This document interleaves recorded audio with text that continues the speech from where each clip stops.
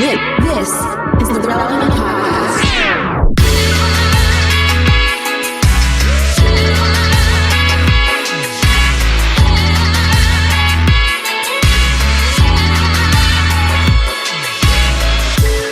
It's episode 988, and it's a Relevant Podcast. Not in Orlando, here in Virginia Beach, Virginia. I'm your host, Cameron Strang, and joining me from a room elsewhere in this house, Jesse Carey. Hello, hello. From Paris, France, Relevant senior editor, Tyler Huckabee. Bonjour. And from a very scary cabin in the mountains of Colorado, she looks like she might get murdered on the Zoom picture, downtown Emily Brown. Hey, y'all.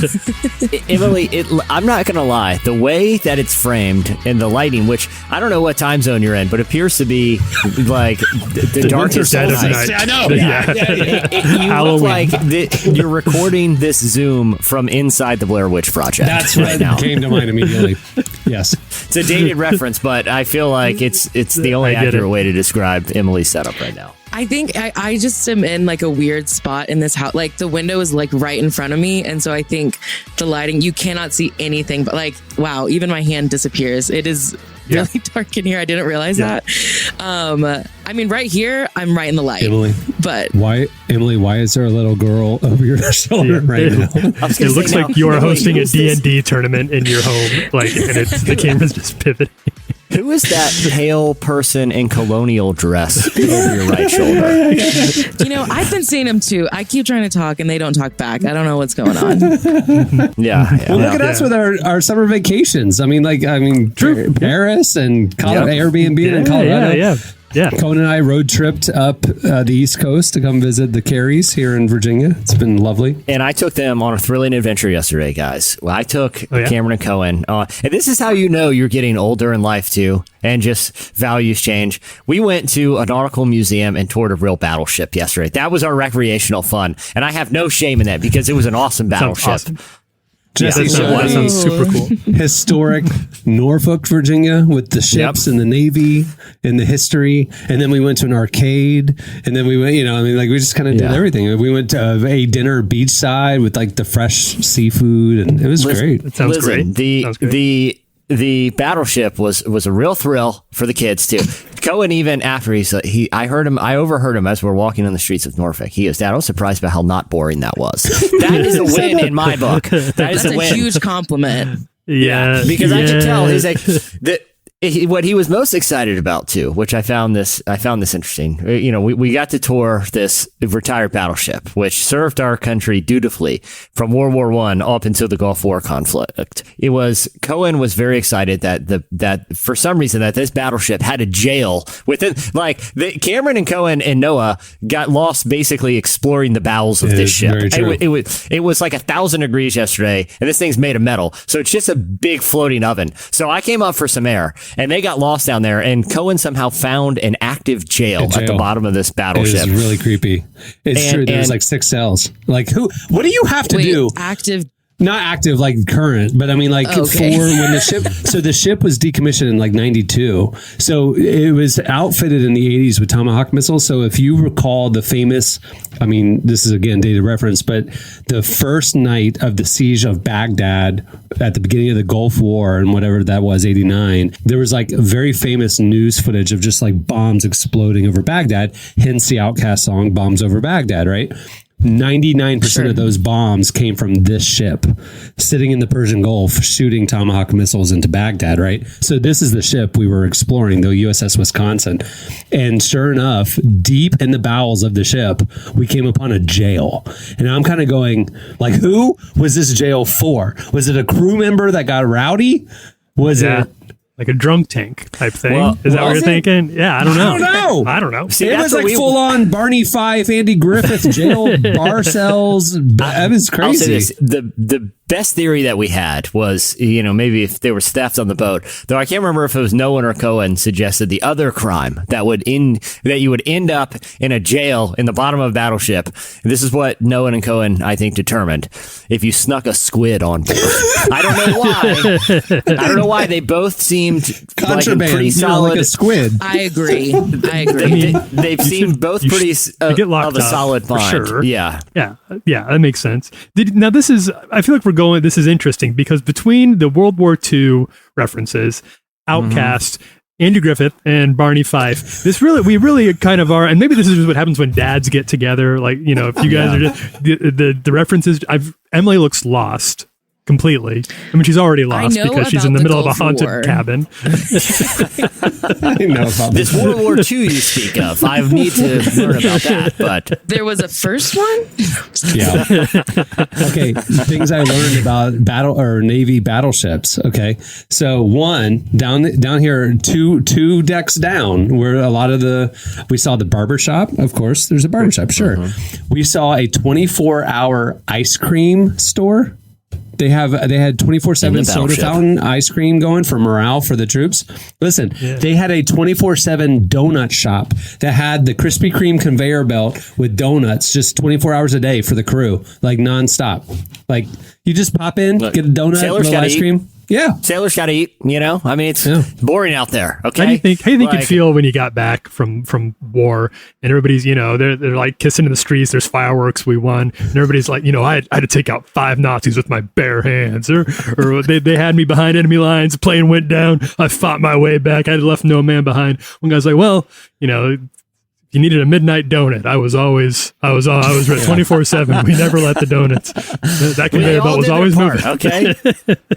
Their valiant service. You're like, yeah, can you stand, honor the troops? You know, thank you for your service. What did you do? Sure. I served in the Navy. What did you do? I ran the donut shop. Like, it just doesn't have the same warrior connotation. Yeah, someone's got to do it, okay? And I'll tell you this: there's no small parts. Yeah, exactly. Thank you. Yeah, the Army needs if you are out there and if you served our country and if you're part of that and if your role was keeping the donuts and ice cream going the entire time, we salute you. We are grateful for you. Yeah, you are part of what makes us a great service. country. Thank you for your service. And listen, you should have seen the guns on this boat, right? Yeah. The last thing you need is a bunch of hangry sailors with that kind of, with a finger on trigger, or like a hair trigger, you know, get some donuts in these guys. Let them just, you know, let them think through this. We don't need anyone getting hangry out there. We already are locking up half of them for sneaking squids on board. Okay. They've already done their time. They've done their time in the brig. Okay. They've committed a squid crime. Okay. It's not going to happen again. Get him a donut, pat him on the back. All right, back to work, guys. It's that simple. That was my big takeaway from our tour, Cameron. Jesse, I didn't even realize we had calamari for dinner. That's what you should do with the squid offendants. You just slice it up and serve it to the troops. Yeah, I mean, they got the donut conveyor belt, just they got deep fry batter. They're making donuts out of something. Throw the squid into the donut machine. See what happens. How bad could it be? All right. We have a great show in store for you today. Coming up later, we talk to Echosmith. You know them. They're the cool kids. Wait, or are they not the cool kids? I'm trying to remember the lyric. They wish they could be like them. They wanted to be like the cool kids. Yeah. Want to be cool kids. Echosmith coming up later. We also have your feedback at the end of the show. And stay tuned right now. Tyler will bring us the buzz. Need a push sometimes. Don't panic under the slow. Hardest be the hardest on themselves, soft in your heart. Get it going, can't get help if you don't even start. Really no rules to it all, learning as we go. Don't you be fooled by the draw, everything that shine ain't gold. No quick pick me up, useless days, I can't get enough. It makes me wanna sing. Ain't no such thing as better days, better days. You're listening to Papa Ra, the song, his message, Better Days. Don't confuse that with Paw Patrol. Papa Ra is an indie band. Today's podcast is brought to you in part by Mercy Ships. Globally, 5 billion people lack access to surgical care. In sub-Saharan Africa, there's only one surgeon for every 200,000 people. Mercy Ships provides free, life-transforming surgeries for people who have little to no access to medical care. They help the blind see, straighten twisted limbs, remove deadly tumors, treat cleft conditions, and so much more. With state-of-the-art hospital ships, they provide safe surgery to children and adults living with treatable conditions, and it's completely free of charge. They do all this work with an all-volunteer crew of professionals who donate their time and talents. Surgeons, stewards, nurses, engineers, and more make the world a better place. Your donation today provides free, safe surgeries to people in desperate need of help. All gifts are matched, so please donate today at mercyships.org/relevant. Today's podcast is brought to you in part by Tim Tebow's book, Look Again. Have you ever wondered what would change if you truly believed you were infinitely valuable to God? In his New York Times bestselling book, Look Again, Tim Tebow reveals the powerful truth that when we learn to see the image of God in every person, including those we struggle to love, everything changes. Tebow shares incredible stories from his work with people the world often overlooks, and it will challenge you to stand up to the lies, rediscover the worth that everyone has, and impact the world for good. Find Look Again by Tim Tebow, available now wherever books are sold. Okay, it's time for Relevant Buzz. All right, Tyler, what's going on this week? All right, so have you guys, and this is something, I'm curious about this. Have you guys ever felt, or do you think, when you think like, man, things are getting more expensive? Like yesterday when you took the boys, when you took Cohen and Noah out for a little spin, you're like, this is just more expensive than it should be, or more expensive than it used to be. Was that a thought that crosses your mind as people who are, all of us on some level, on vacation right now? Usually when I buy contraband squid, I mean, we're talking five, you gotta steal $6, that. $7. Yeah, Okay. You got a squid nap. Yeah, I mean, I paid $11 and I spent 2 hours in the break yesterday. So everything's all out of whack is the answer to your question, Tyler. You pull up to a drive-through now, and all the menu prices have stickers over them. So it's just like, gee, thanks. And you blame, you obviously blame inflation on this, and inflation is a real thing that is happening, and that is to be blamed for a lot of this. But there's this interesting study from The Hustle about American pastimes, about the great American pastimes. They looked at 3 things specifically: going to the movies, going to a ball game, going to a baseball game, and going to Disney World. And they found that the prices of those things are not only going up, they're going up way out of sync with actual inflation prices. So, for example, just going to taking a family of 4 to the movies, we're talking tickets, we're talking concession, all that stuff, and etc. In 2022, that comes out to about $68.73. Now, in 1960, that would have cost $34.15, and that's adjusted for inflation. So over twice as expensive to go to the movies now as it was back then, adjusted for inflation. Same story with the baseball game. On average, they found that a family of 4 pays a little over $200. Tickets, obviously, concessions as well, and the big cost there is for parking.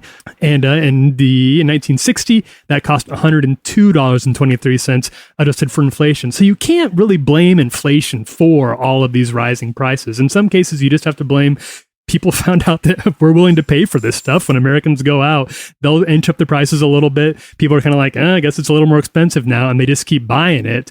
So the inflation is to be expected, but what's happening here as well that is an issue, our paychecks just aren't going up commensurate. Wages just aren't rising commensurate with the rising cost of living in the U.S. And that's not something that you hear talked. It's easy to blame inflation. It's a little harder to talk about things like the wage gap and how many people are still poor, even though they're working, 1, maybe 2 full-time jobs in their households. Now, the last one, like I said, is Disney, and it won't surprise you. Disney, by far, the thing that has gotten the most expensive. Believe it or not, in 1960, the total cost for 4 tickets, 2 adults, 2 children, a one-night hotel stay, and parking to go to Disney World was $359.96.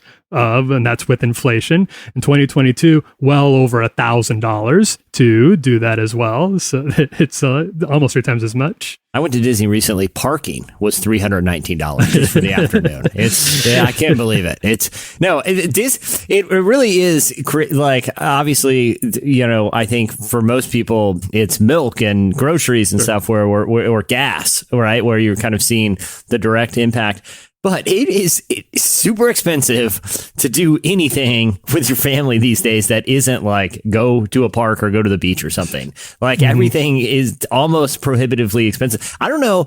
Disney's always packed. And that's always like I've kind of wondered too. I mean, is it just one of those things where I guess people just save forever to have the Disney experience because everything there just seems preposterously expensive, inflation aside? Well, the thing that, I live in Orlando. So the local media reports on Disney a lot, 35,000 employees in the city. I mean, it's a big employer.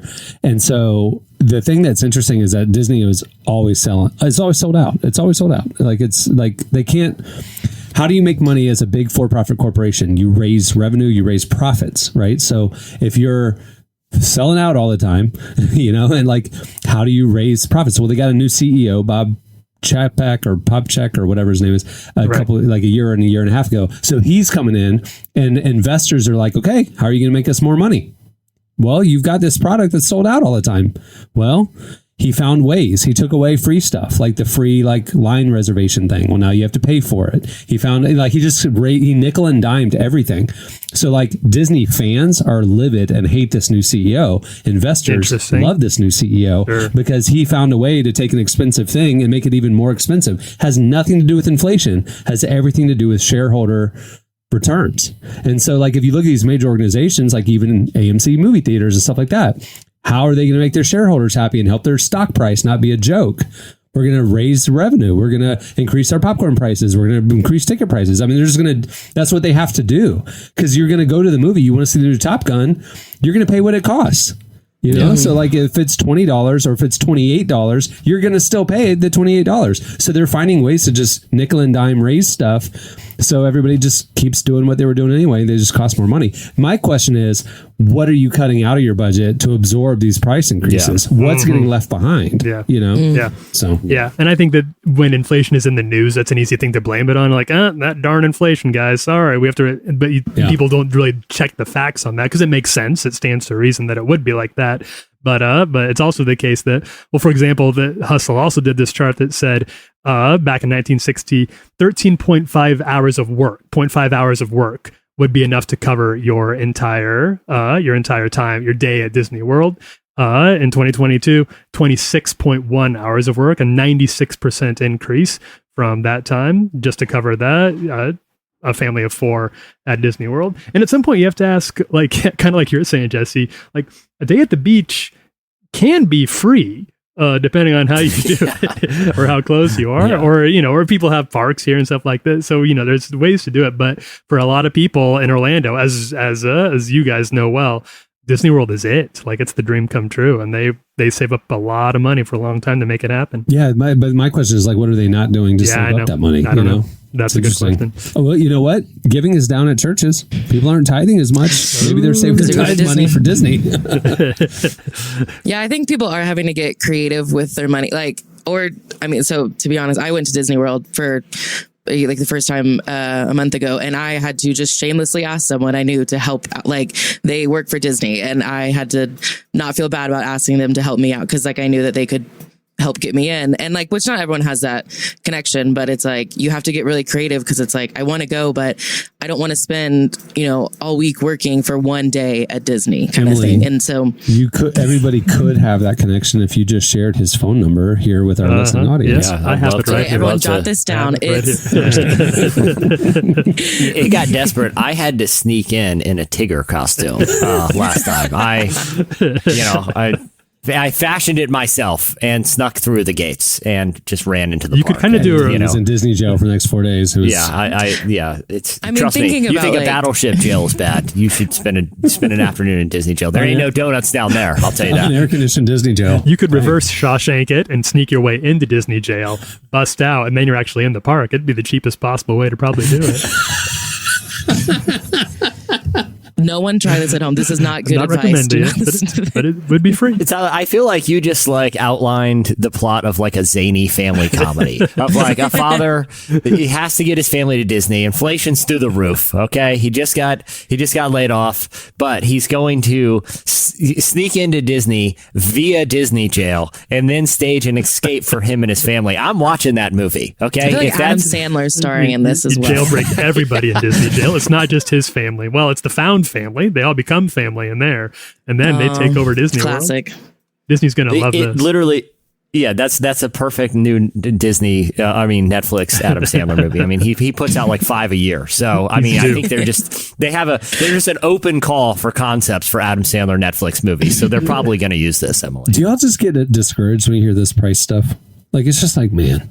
Life is just getting so expensive. Yeah. Well, yeah, I went shopping yesterday in Denver, and I bought a pair of sunglasses because that was like the only thing I could justify buying. Because there were other things I wanted, but I was like, I'm not going to pay this much money for something that is not worth, in my mind, not worth this much money, And so that was frustrating. It's like, I feel like I'm window shopping, and it's like, I work a full-time job. I shouldn't be that concerned with like how much I'm spending. I mean, you have to be smart about it, but it's just like, I had to like really justify, like, is this worth spending this much money on it? And it just is not as fun when you don't get to spend your money freely. You decided to alter your budget so you could afford the sunglasses. You decided to stay at the Blair Witch Project cabin in the mountains. Yes. So that's the trade-off. You either have a nice place to stay or you stay in a satanic haunted cabin. I haven't had a single good night's sleep. Did you get the sunglasses from They Live so you can actually see the ghosts around you? Because I would recommend it. Like night goggles.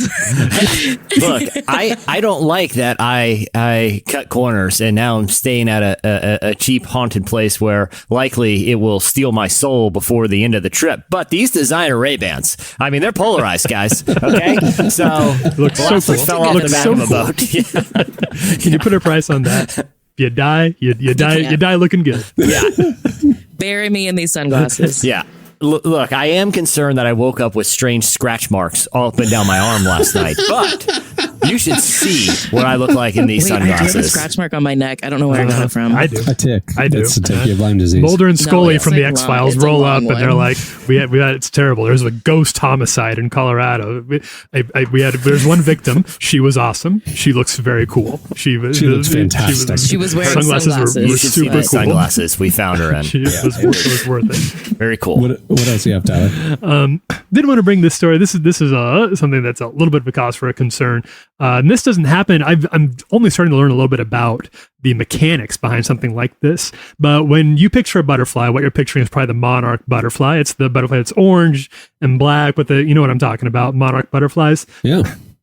Last week got added to the endangered species list officially by the International Union for the Conservation of Nature. Now, they don't take these steps lightly. It takes a lot of red tape, a lot of bureaucracy to get an animal species added to the endangered species list. But in this case, it was very serious and dramatic steps have to be taken to repopulate the world with monarch butterflies. It's a little difficult to get numbers. Scientists believe the population of monarch butterflies in North America has declined somewhere between 22 and 72% over the last decade. That they call that a free fall.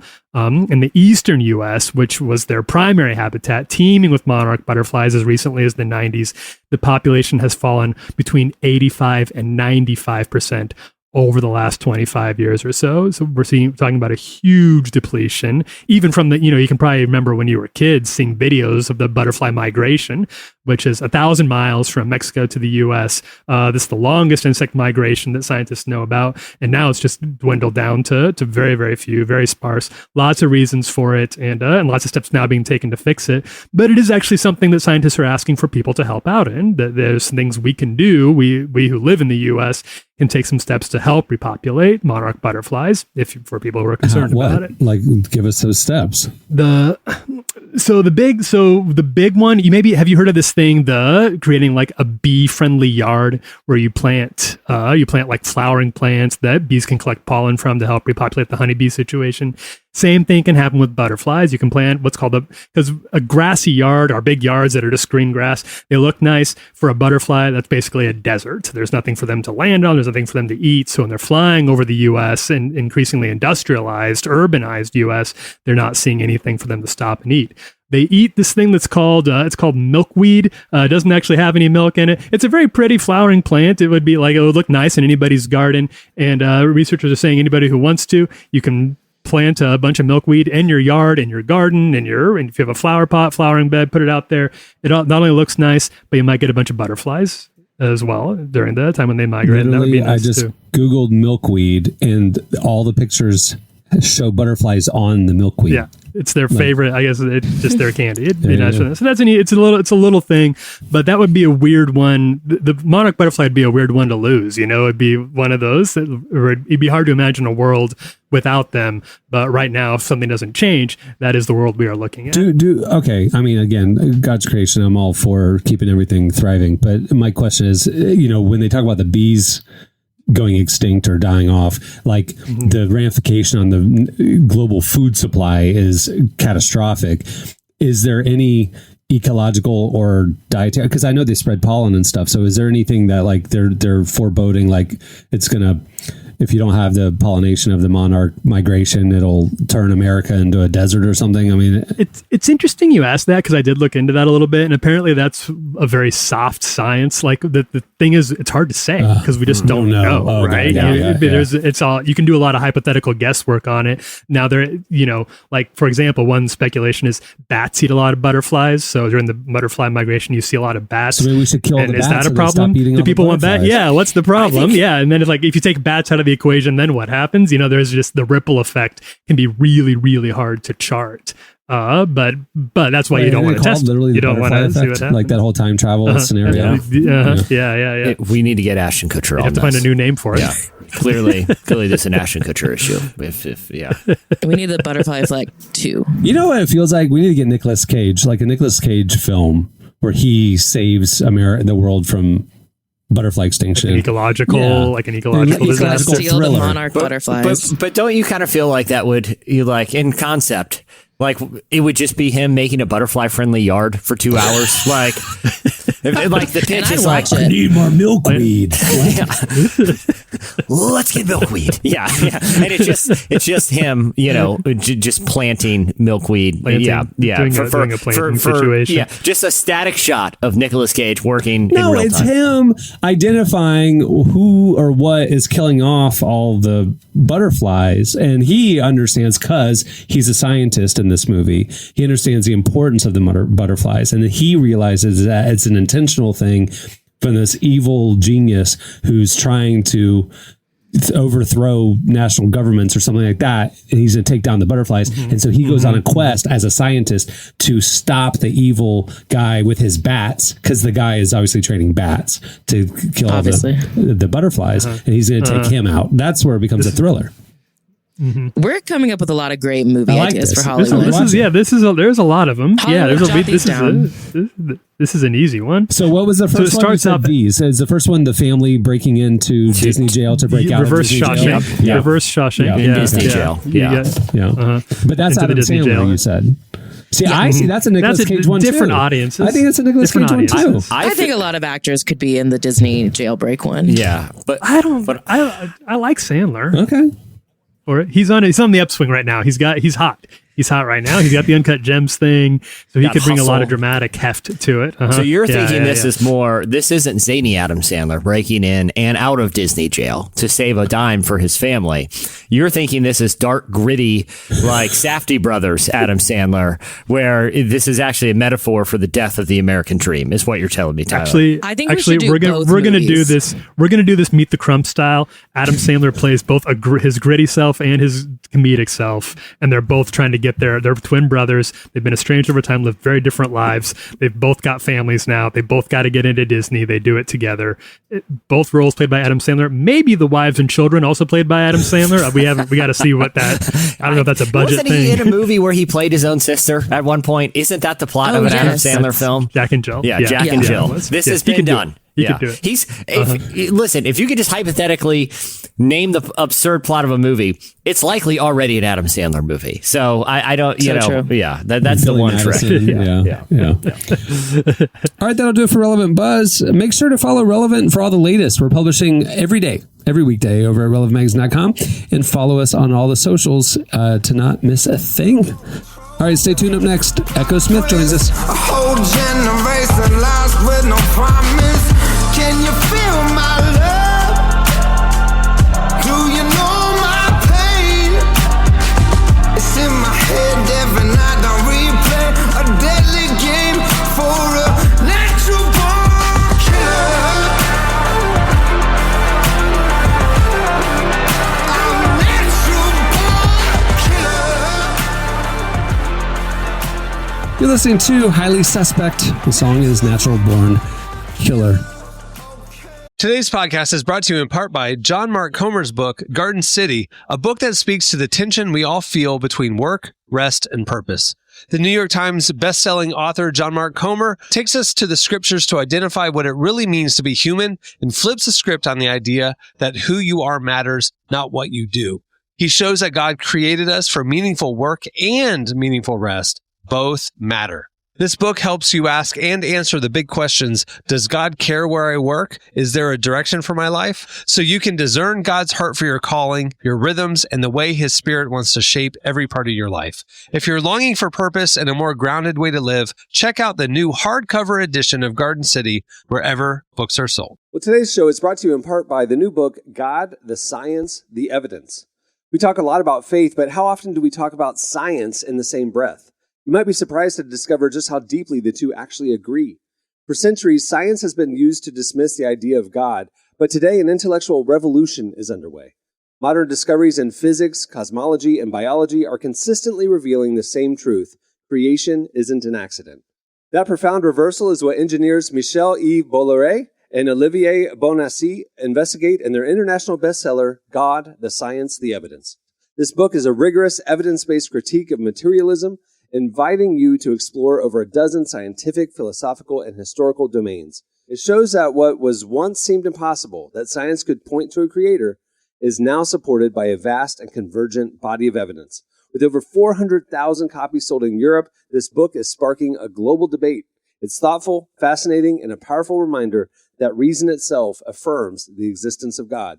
Learn more and find out where you can purchase your copy today by visiting godthesciencetheevidence.com.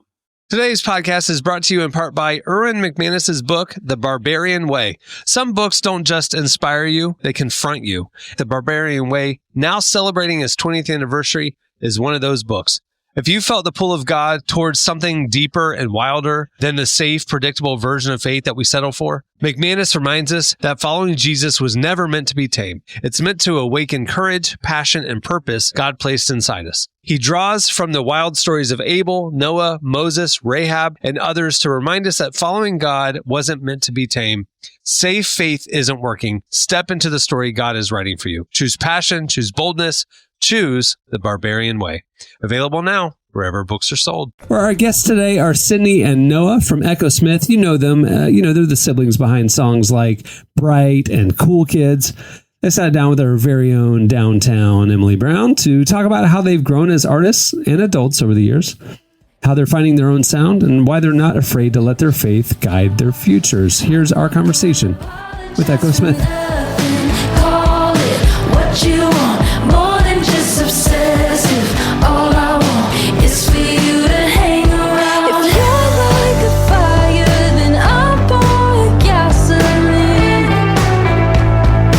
I just wanna hang around. If I'm like an earthquake, you see past the fault in me. I just wanna hang around.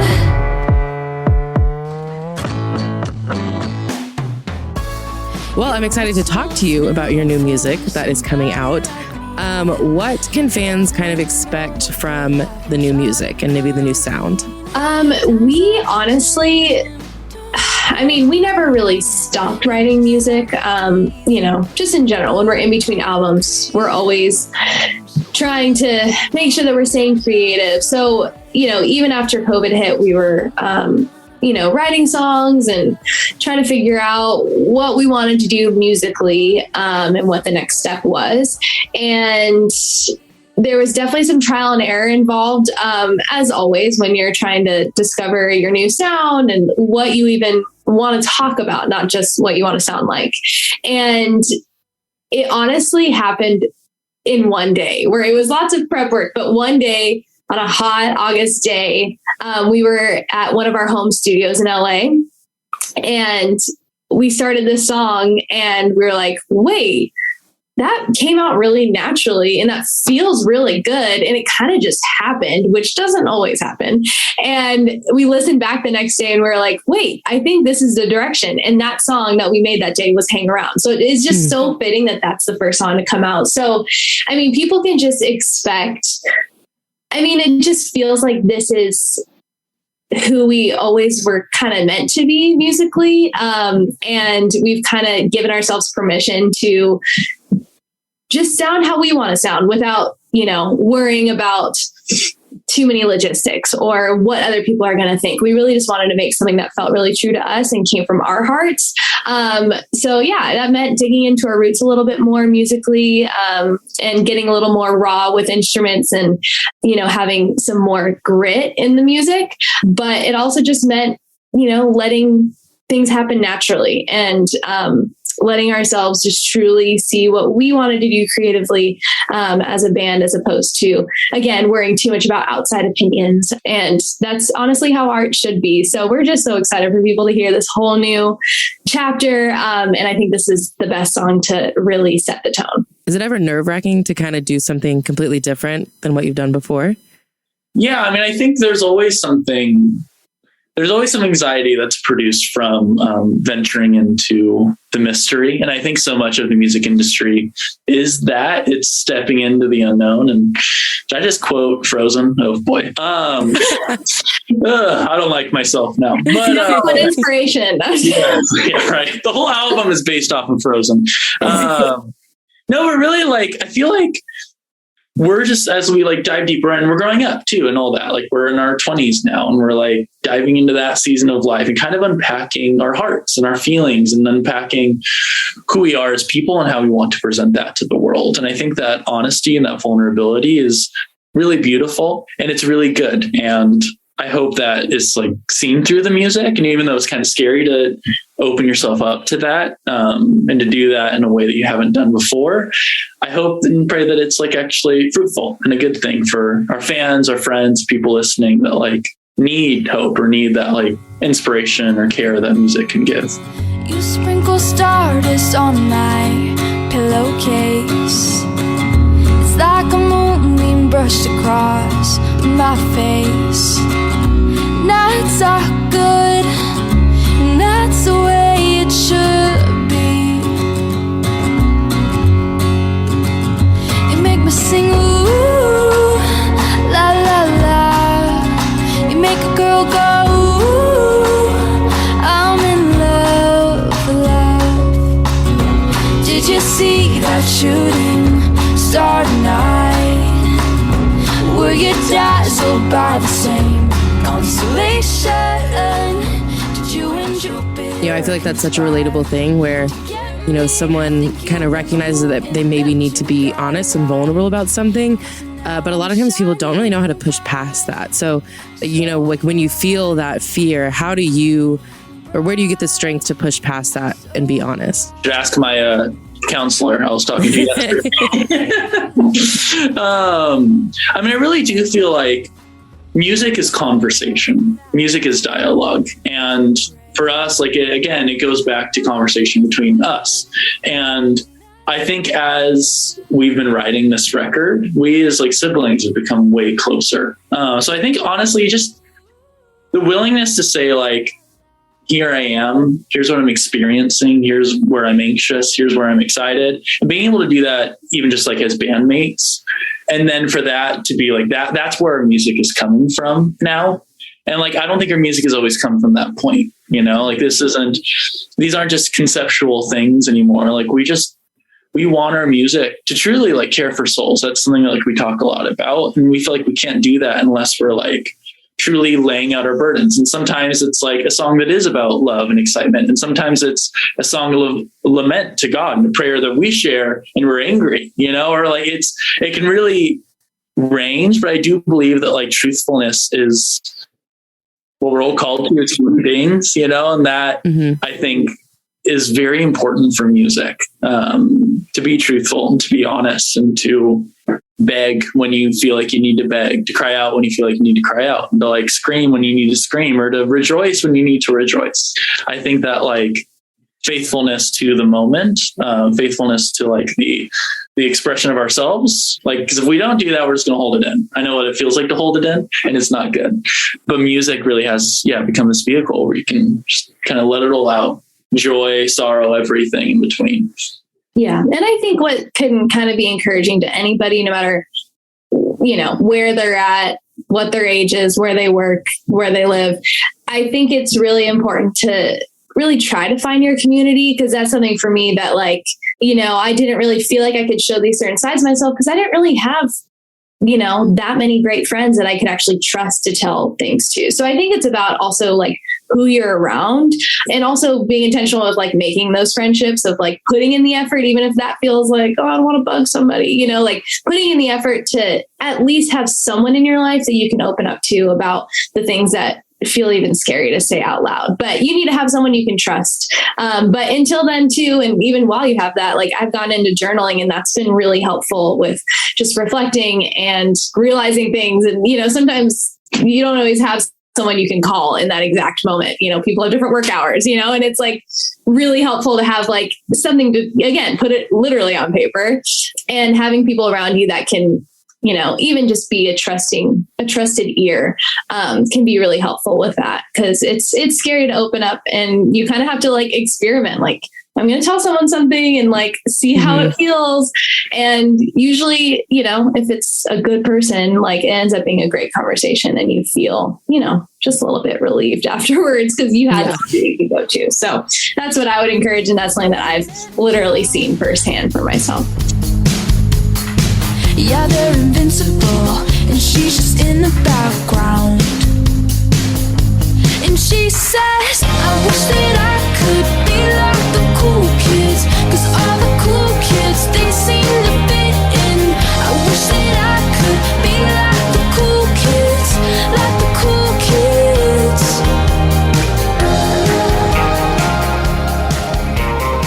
That was Echosmith. You can read more of that conversation in the summer issue of Relevant. It's available for free. Go check it out at relevantmagazine.com. Click on the magazine tab. It's right there. The summer issue is presented by our friends at World Vision. All right, stay tuned. Up next, it's your feedback. My head feeling empty. Can't believe I'm awake.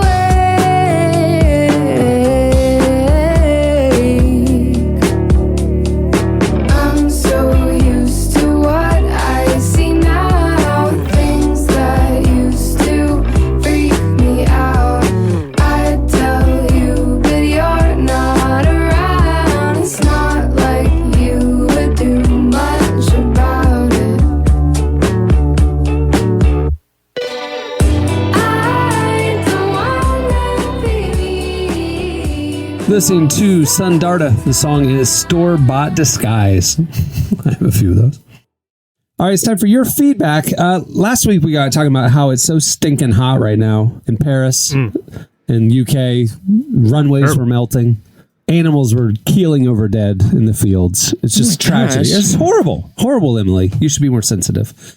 It's just hot everywhere. Butterflies are just evaporating. They're dropping out of the sky. Their wings are catching on fire the higher to the sun they get. Just turn And into steam. Yeah. They vaporize. I was walking down the street the other day. A dead on fire butterfly fell on my head. It was the Wait, it's gross- dead and on fire. Yes. It was terrible. It's still flying. It's happening all over the country. Things are spontaneously combusting is what I'm saying. It's so hot. Okay. Sorry.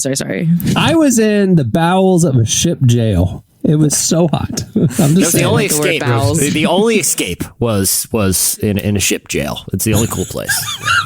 Bad situation.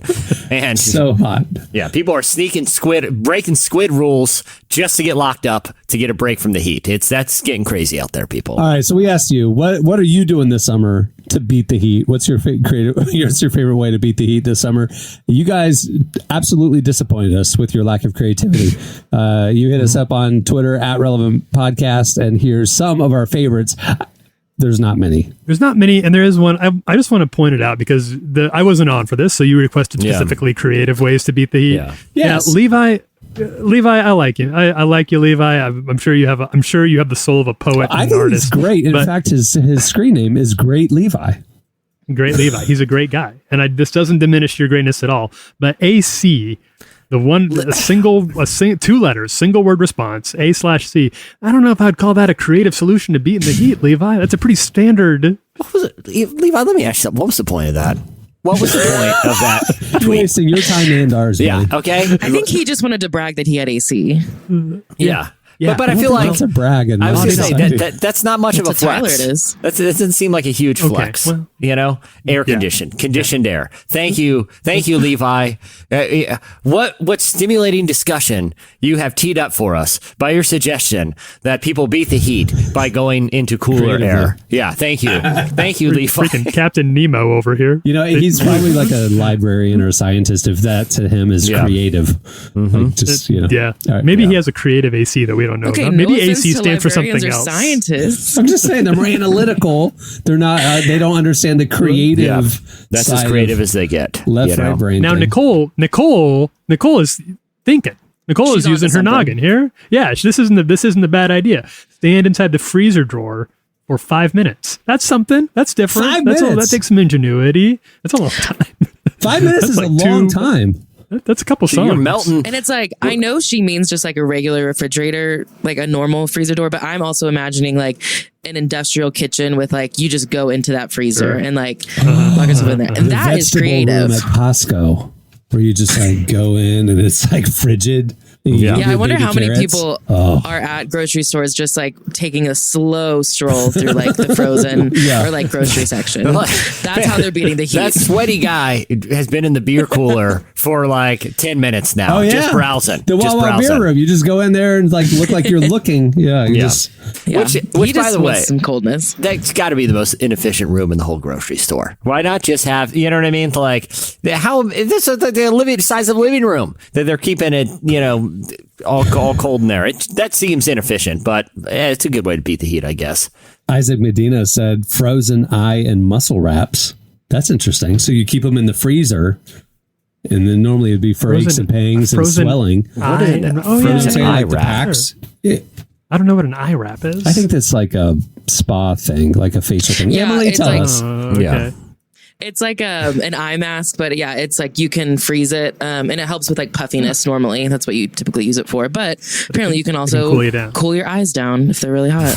Well, listen, the thing about once my eyes get all sweaty, I know the heat's bad. Okay, they just pour need some eye sweat relief. I like Jake. His suggestion for beating the heat is to avoid Boise, Idaho. Jake, I've been avoiding it for a long time. Heat wave aside. Duly noted, sir. Yeah, and I'm going to continue that strategy of Boise avoidance. On his recommendation. Yeah, but 10-4. Was that even The Boise Tourism Council is livid right now that he just wrote that in. They are scrambling to figure something out. Boise's pretty far north. How Dude, no, there's a heat wave in the west right now that's like pretty? historic. I've seen some of that. Is it going as far north as Idaho? Yeah. I stopped in Salt Lake City a week and a half ago, and it was 113 degrees, and the entire state was on fire. Yeah. I mean, I think of Salt Lake City, mountains, Park City, Utah, being beautiful, snow-capped mountains, and I mean, like the state was on fire. It was so hot. So, yeah. I want to clarify. I just looked up what the temperature is in Boise right now. It's 81 degrees. Oh, come on. Yeah. So, All right. Well, all right. My now I'm sympathy avoiding is Boise because I'm annoyed. Yeah.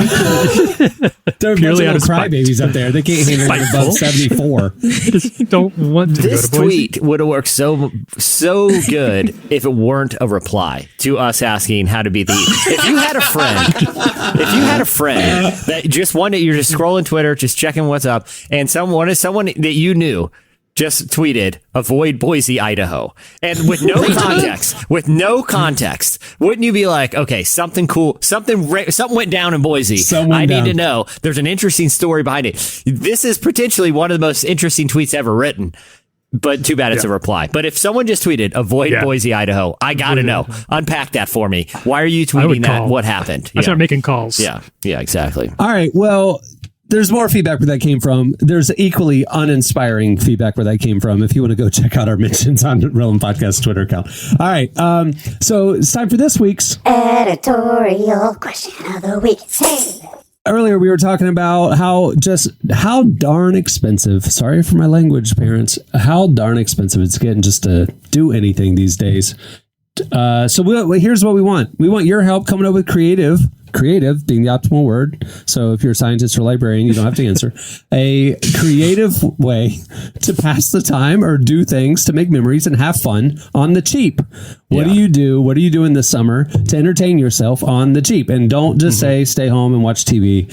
I'm talking about going out with friends to do something, make a memory on the cheap. What's your creative solution? And we're already assuming, so you don't need to tweet us, we're already assuming you're avoiding Boise, okay? So because we know nothing throws a bucket of cold water on a fun weekend planned like accidentally passing through Boise. So it's just given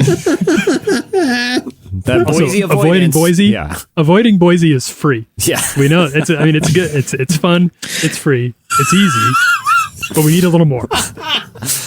Step further, just one step further. Doesn't it, Tyler? If doesn't it feel like avoiding Boise was like it could have been the name of like an old Tooth and Nail like emo band? Yeah, from like the early on. Avoiding Boise. Yeah, like the indie band, like on the OC soundtrack or something. Yeah. Oh, that new song from Avoiding Boise, man. Oh, I love it. Avoid. You can make it to the Avoiding Boise show. We were playing poker late last night, and Jesse was regaling us with a hand-selected playlist of early 2000s indie music that he and his wife fell in love with. It's all I do, man. Yeah. It's all I do. It's my Friday night soundtrack. Like I just get pumping the early aughts indie bands. Yeah. It was 1:30 in the morning, eating chips and salsa, listening to like a Band of Horses song. Life just doesn't get any better. And none of us were even close to Boise. And that was the kicker. There was no chance. Cherry on top. There was no chance we'd have any interactions with Boise, too. So that makes a good night. Yeah. All right. Hit us up on Twitter at Relevant Podcast and tell us your creative ways that you are making memories this summer on the cheap. Well, before we wrap things up, I want to thank Echosmith for joining us today. Make sure to head over to relevantmagazine.com to see the rest of that conversation in the brand new issue of Relevant. And while you're there, check out the rest of the stuff in the summer issue. We've got conversations with Naomi Rain from Maverick City Music, John Favreau, Rainn Wilson, so much more. And it's all available for free, like I mentioned, brought to you by World Vision. And if you haven't already, check out Relevant Plus. Relevant Plus subscribers actually get an enhanced ad-free version of the magazine. They also get ad-free viewing at the website, unlimited articles, an ad-free and early release version of this podcast, and exclusive subscriber content throughout the year, including another podcast. Go check it out. Plans start as low as $2.50 a month, and it's the best way to view our content. And make sure, one last thing, just make sure that relevantmagazine.com is part of your daily web browsing. It's a great way to stay in the loop. You may have missed a tweet, you may have missed a post that we put out, but if you just look at our website, if you look right there on the homepage, you'll see everything we're talking about every day. It's a great way to keep your finger on the pulse. All right, on that note, we'll wrap things up. I'm Cameron Strang. I'm Jesse Carey. Tyler Huckabee. I'm Emily Brown. We'll see you next time. Have a great week, everyone.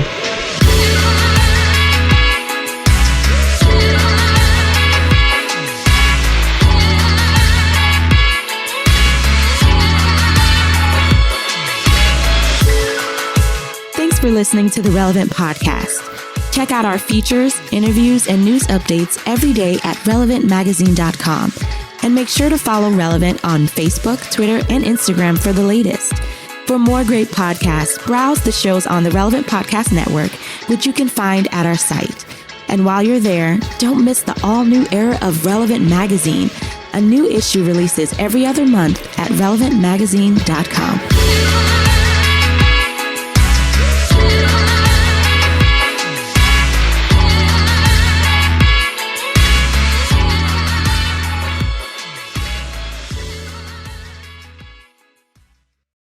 It got desperate. I had to sneak in a Tigger costume. Relevant Podcast Network.